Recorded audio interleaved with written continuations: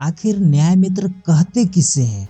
देखिए, न्याय मित्र जिन्हें दोस्त अदालत भी कहा जाता है, वे कानूनी पेशेवर होते हैं जिन्हें न्यायालय अपनी ओर से किसी विशेष कानूनी मुद्दे पर सलाह देने के लिए अथवा विवाद संबंधित समस्या सुलझाने के लिए नियुक्त करता है।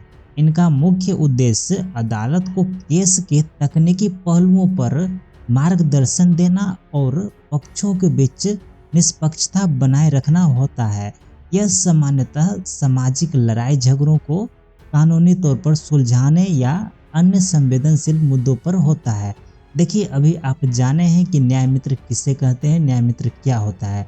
कुछ देर में आप ये भी जानेंगे कि इसके लिए पद और जिम्मेदारियां क्या क्या होती है, सरकारी भत्ता कितनी मिलती है, न्याय मित्र के लिए क्या विशेषताएं होनी चाहिए। संपूर्ण जानकारी अभी हम आपको बताने ही वाले, तो वेट कीजिएगा। हमारी जानकारी आपको अच्छी लगती है तो प्लीज़ यार वीडियो को लाइक करके चैनल को भी सब्सक्राइब कर लीजिएगा। हम आपको बार बार नहीं बोलेंगे, बोलने में अच्छा नहीं लगता है, इंसल्ट वाला बात हो जा रहा है। ये सब कर लीजिएगा, लाइक सब्सक्राइब आप कर लीजिएगा। अब देखिए, न्याय मित्र के लिए पद और जिम्मेदारियां क्या क्या होती है। देखिए, न्याय मित्र का मुख्य कार्य कार्यालय को कानूनी राय और मार्गदर्शन प्रदान करना होता है। इन्हें न्यायालय द्वारा किसी विशेष मामले में न्यायिक निर्णय में सहायता करने के लिए नियुक्त किया जाता है। वे कानूनी मुद्दों पर अपनी विशेष राय देते हैं, राय विचार देते हैं, जो आमतौर पर सुनवाई के दौरान या केस के अंतिम निर्णय से पहले होती है। इस तरह से इनकी जिम्मेदारियां हो जाती है। न्यायालय में मामलों की प्रगति की निगरानी करना भी इनकी काम हो जाती है, कार्य हो जाती है।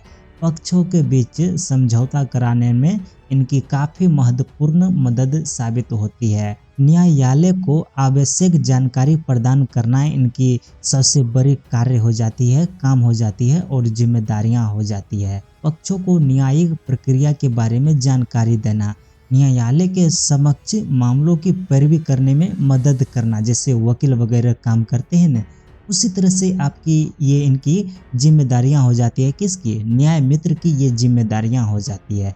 अब देख लेते हैं इसकी आवश्यक योग्यताएं क्या होनी चाहिए। देखिए, किसी मान्यता प्राप्त संस्थान या विश्वविद्यालय से कम स्नातक डिग्रीधारी प्राप्त व्यक्ति ग्राम कचहरी न्याय मित्र के पद पर नियुक्त का पात्र हो सकते हैं। कई बार न्याय मित्र बनने के लिए उम्मीदवार को संबंधित कानूनी क्षेत्र में कुछ वर्षों का अनुभव होना चाहिए। इस अनुभव से उनका ज्ञान और समझ बढ़ती है, जिससे वे न्यायालय को बेहतर मार्गदर्शन कर सकते हैं। देखिए, इस तरह से उम्मीदवार को कानूनी मामलों की गहरी समझ होनी चाहिए और विश्लेषणात्मक कौशल होना चाहिए, ताकि वे न्यायालय को उचित और सटीक सलाह दे सके। तो ये सभी न्याय मित्र के लिए आवश्यक योग्यताएं हो जाती है। अब देखिए, इसके लिए आवेदन कैसे किया जाता है, आवेदन प्रक्रिया क्या होती है। देखिए, आवेदन ऑनलाइन या फिर ऑफलाइन दे सकते हैं। उम्मीदवार को आवेदन पत्र डाउनलोड करने और उसे भरकर संबंधित न्यायालय में जमा करने की आवश्यकता होती है, बट कुछ मामलों में यह प्रक्रिया ऑनलाइन भी होती है।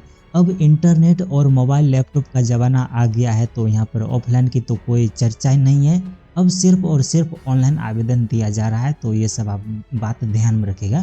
किसी भी तरह की कन्फ्यूजन हो तो आप हमें बेझिझक बेधड़क कमेंट करके पूछ सकते हैं। हम आपकी कमेंट को 30 मिनट के अंदर रिप्लाई देंगे।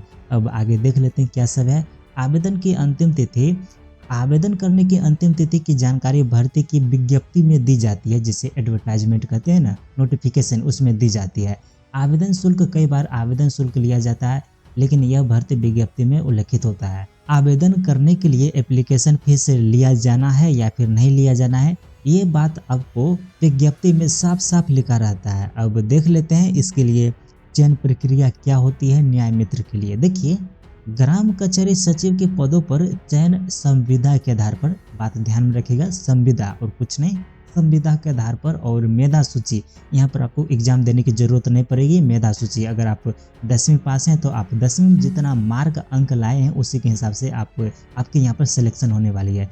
मेधा सूची के माध्यम से किया जाएगा। चयन प्रक्रिया प्रखंड विकास पदाधिकारी द्वारा गठित चयन समिति द्वारा किया जाएगा। आपके ब्लॉक में जो बीडीओ साहब है ना बैठे हुए, वही आपको यहाँ पर न्याय मित्र की भर्ती करेगी। तो ये सब बात आप ध्यान में रखिएगा। किसी भी तरह की कन्फ्यूजन हो तो आप हमें कमेंट करके पूछ सकते हैं।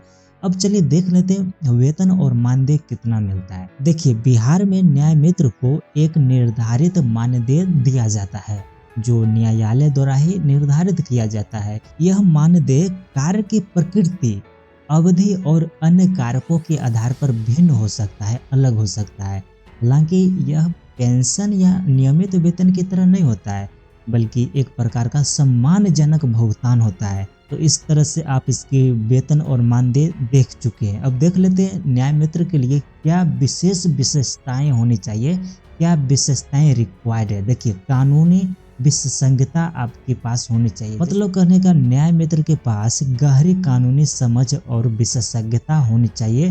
कानून की अच्छी खासी समझ होनी चाहिए। और देखिए इसके बाद निष्पक्ष और ईमानदारी।